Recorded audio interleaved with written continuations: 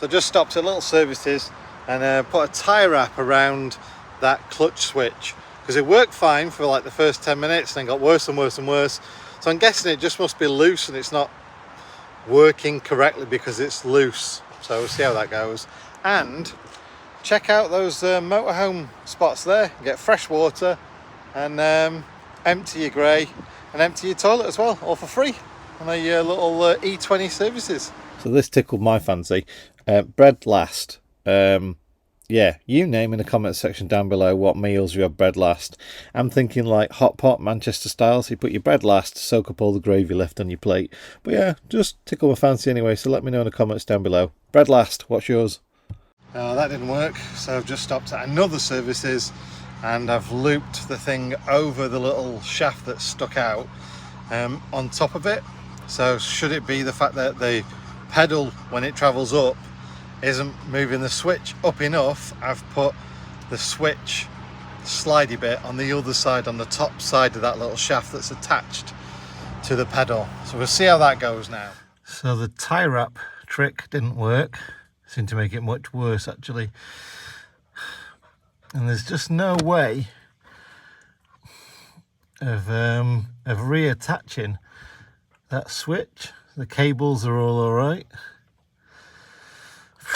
So I've moved the attaching switch to the other side of the pin and taped it up, and then tomorrow or the next time I drive I'll see if that's made any difference.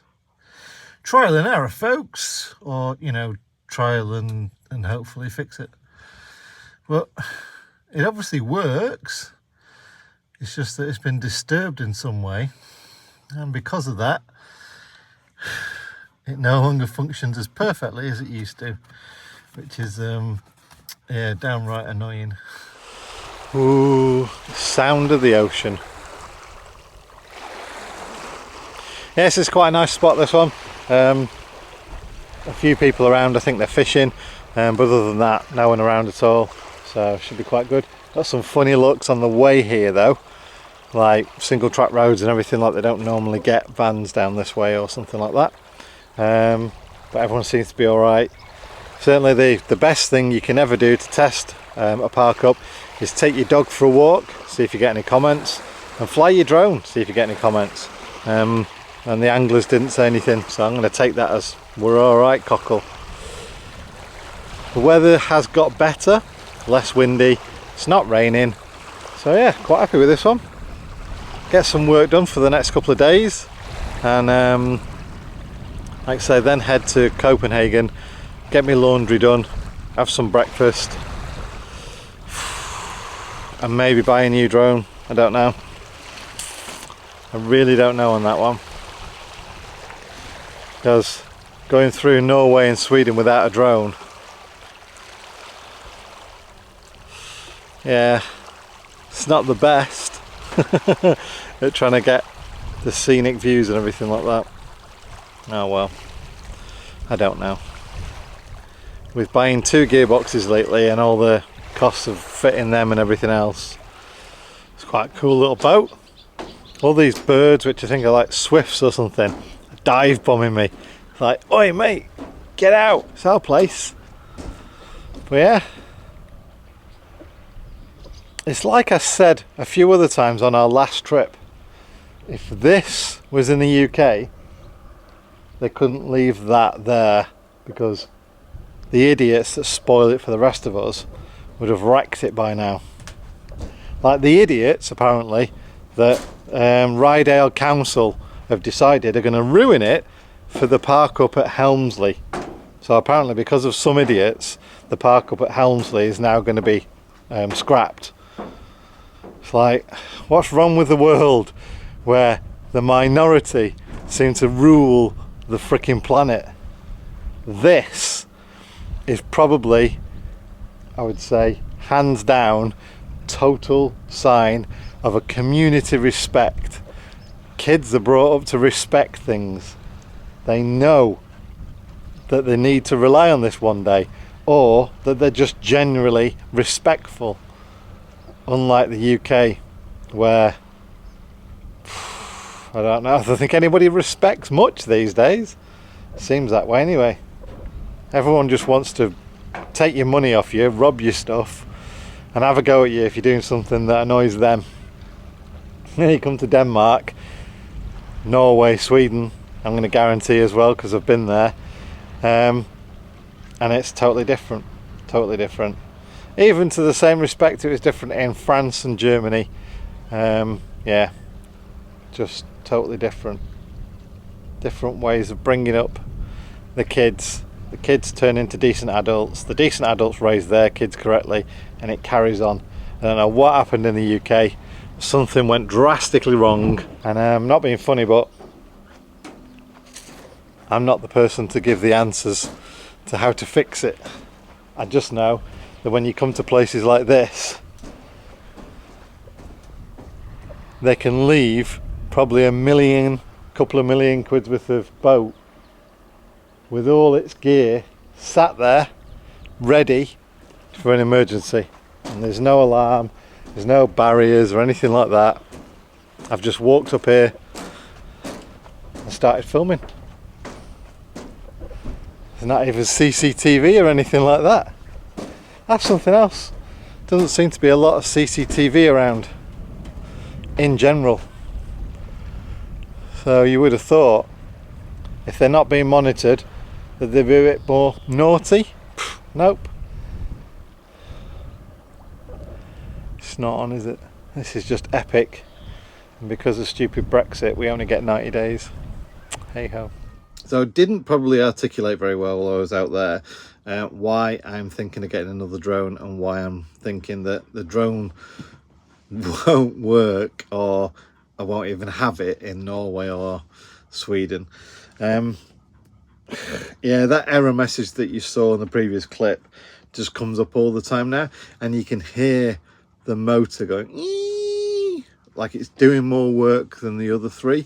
It's if you look at it from above, it's the front left hand motor, and once you've flown it around, it's not been that hot today, once you've flown it around for a bit, and when it lands, the other three motors are quite cool to the touch. That one will burn your fingers, and to be fair, it got hot a couple of times when I was flying in France and Switzerland and Italy and that kind of stuff. So I was cooling it down with fans at the time, thinking, oh god, I need to, look after that. Why is it doing that? So I contacted DJI support. They're very helpful. They understand that it's a warranty claim because it's only a couple months old.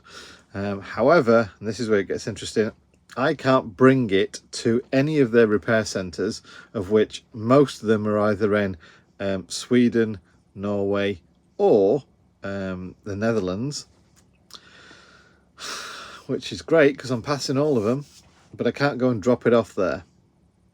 I have to ship it to them, and they then ship it back to me, and that takes about 10 days. So yeah, I'd have to find somewhere that I can stop and accept post. I know I'm on my way to go and see Ash and Marie in Sweden.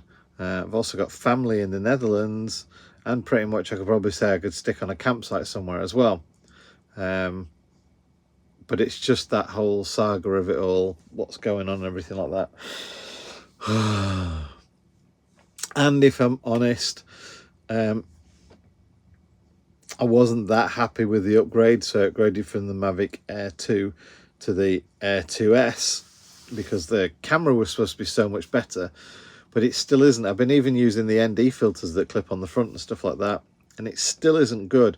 If you on a sunny day are filming something that's bright, like a forest with bright greens or something like that, the greens will look way washed out. Try and pick the van out against it, and the van just looks like a big white blob. So I'm manually controlling the exposure all the time, and obviously as the shot changes, that changes things. It's just pain. I used to have the original Mavic Pro, and it was an epic drone. It's just that the gimbal used to wobble an awful lot on it, so I got rid of it. Before that, I had the Phantom 4 4K, and that was just amazing. Stunning images from it. so incredibly stable and everything else like that, but flight time was really bad. So then I thought, you know, go with the folding drones. The compromise was flight time, but you know, I can put it in the backpack and then with job done, and wherever we go, it's going to be all right. So I've stuck with the folding drones for that. But the new Mavic 3's just come out, and I know I've spent an awful lot of money on gearboxes and everything, but my thought process is I'll get back to the UK. I will send the Mavic Air 2S back to DJI to be probably swapped out for another one, maybe repaired. I'll then get that back and I'll sell it, which will cover half of the cost of the Mavic 3. And the Mavic 3 has got the Hasselblad camera on it. And it's also got actually 2 cameras. So you've got a zoom camera as well as a standard camera, so it makes some of the shots I might get a little bit better. I think that's where I'm going with it anyway. So sorry to waffle a bit more, but I just thought that needed explaining. Yeah, so I think that's what I'm going to do.